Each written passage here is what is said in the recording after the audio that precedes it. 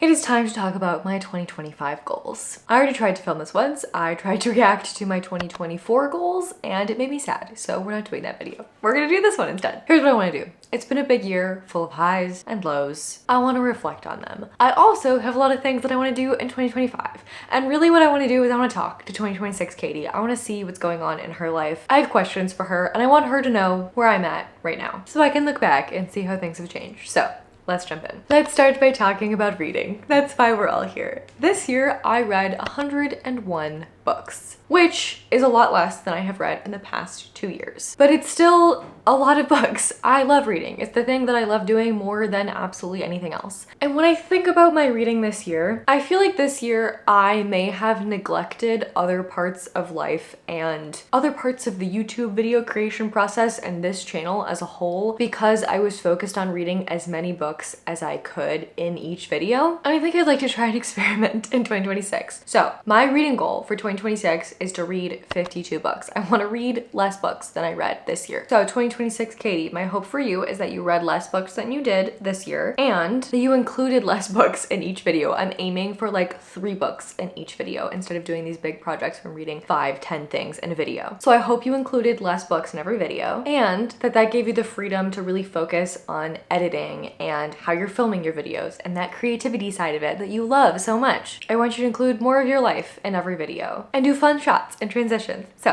2026 Katie, how did we do? Speaking of videos, this year I posted 59 videos, not including anything that was members only that I did. And I have some favorites to reflect upon. I loved doing the 24-hour readathons, and especially this one where I stayed up all night. I thought it was absolutely hilarious to edit that and just watch myself in my sleep-deprived state. It gave us gems like this. Do you feel like we're having a sleepover yet? Don't do drugs, do dragon fruit. My eyeballs hurt. Book. I read now. Reading is so fun. Don't you love reading? I also really enjoyed reading BookTube's hot takes, as well as this video where I recommended Undiscovered Gems, books that I had given 5 stars to that had under 10,000 ratings on Goodreads. I loved doing those, and even in my Goodreads Choice Awards videos, I prioritized books that had low ratings or low number of readership, and I think that really worked for me. I love finding things that people have mixed opinions about. I think it's more fun to add your opinion to something where there's some mixed opinions going on. And I also love the opportunity to shout out books that need more readers. So future me, what are your favorite videos that you made this year? Have you tried any new concepts that you're really proud of? Have you been posting more on Shorts and Instagram? I know that's a goal that I have right now. And really just how is your whole video creation journey going? I really want to take a course or find a class and learn like one new editing thing every single week and then try to incorporate that into that week's video. Did you find a new course or a class to take to get better? And how are your editing skills doing now? And if you guys have any recommendations, I use DaVinci Resolve to edit. I have the free version right now and I just kind of taught myself how to do it and I feel like I have some gaps in my knowledge. So I would really like to take a whole course or a class, happy to pay money for it, or if there's something free on YouTube, I'd love to do that as well. So let me know if you guys have any recs in the comments. Okay, let's talk subscribers. You lovely people. At the end of 2024, I currently have 4,440-ish subscribers. I gained about 700 subscribers this year, which is less than a third of what I gained the year before, which obviously doesn't feel great. I am so incredibly thankful and grateful for every single one of you who are here watching my videos. I am so happy that I have a community to talk to, but I also think that I can do better next year. And I'm not gonna blame the algorithm because it's not the algorithm's fault. I know I can make better videos and I want to provide those to you guys. So I wanna hear how 2026 Katie did with the channel. How many subscribers do we have now? And how are you feeling about that? Did you get better at making videos? Are you proud of the progress that you've made? Because right now I'm feeling a little bummed about it. And also really excited to try some new things. So I want to hear how that went. In 2024, I launched my channel membership and I have been enjoying the crap out of it. I've been having so much fun hanging out with the archive in reading sprints and in our book club discussions and in the Discord server. Thank you so much to everyone who chose to be a part of the archive this year. I love each and every one of you so much and I can't wait to get to know you even more. I cannot even begin to state how incredible it has been to have this community. Future me, how is the membership going? How many members do you have now? How have your book club picks been going? Do you have any favorites from the year? Are you getting more comfortable doing live shows and reading sprints? Have you added any new perks? Are you getting to know all of your besties in the archive? Let me know. Ooh, okay, a really big goal I have for this year is I've been desperately wanting to write more written reviews. With the amount of books I am reading, I feel like the books that I read 3 years ago, when I read like 168 books in a year, I still have an idea of how that book made me feel, and I still know who I would recommend that book to and whether or not I would recommend that book, but I've lost some of the nuance that I think I only have right after I finish a book or while I am reading a book. I really want to write after I finish a book, at the very latest at the end of the month while I'm preparing to do like a wrap up. I want to write a review for every single book that I read this year. I would love to post that review on Instagram stories because right now I don't even rate everything that I've read, and I think it's fun at the end of the year to go back and like have this quantitative view of how my reading went this year. So 2026 me, how did your reading go this year? Did you write written reviews for everything? Did you rate everything? And tell me about what that data has told you. What insights have you gained from having a little bit more data on how your reading has been going? Let's dive into some personal life stuff. 2024 was a big year for me. I got engaged this year to the love of my life. 26-year-old me is married now. How was the wedding? How was your honeymoon? Where did you go? My brother is also getting married this year. How did that go? Your cousin is getting married. There's a lot of love in the year in 2025.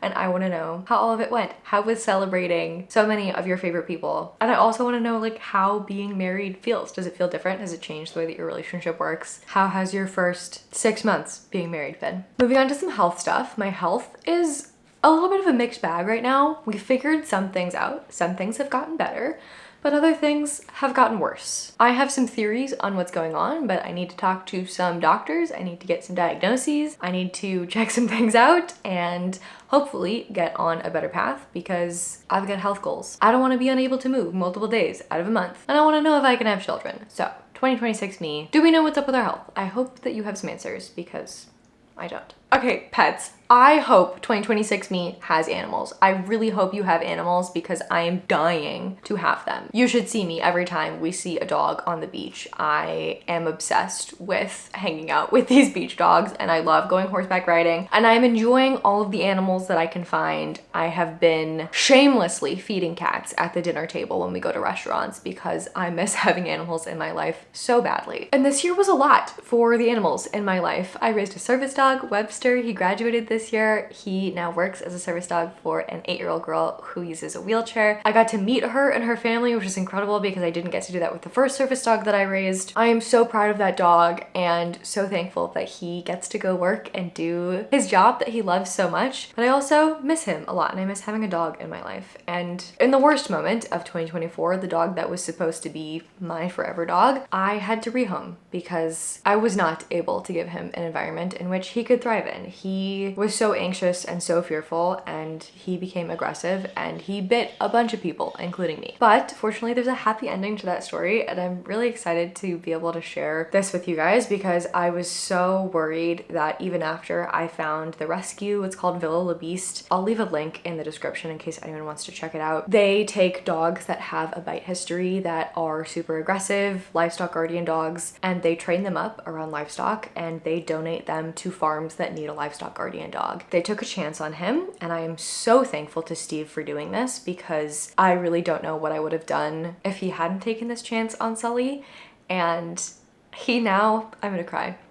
He now lives on a farm with a family. He gets to watch over livestock. Look at him with his pond. Like, he is just so much happier there, and it breaks my heart because I wanted him to be able to be happy with me, but he wasn't able to.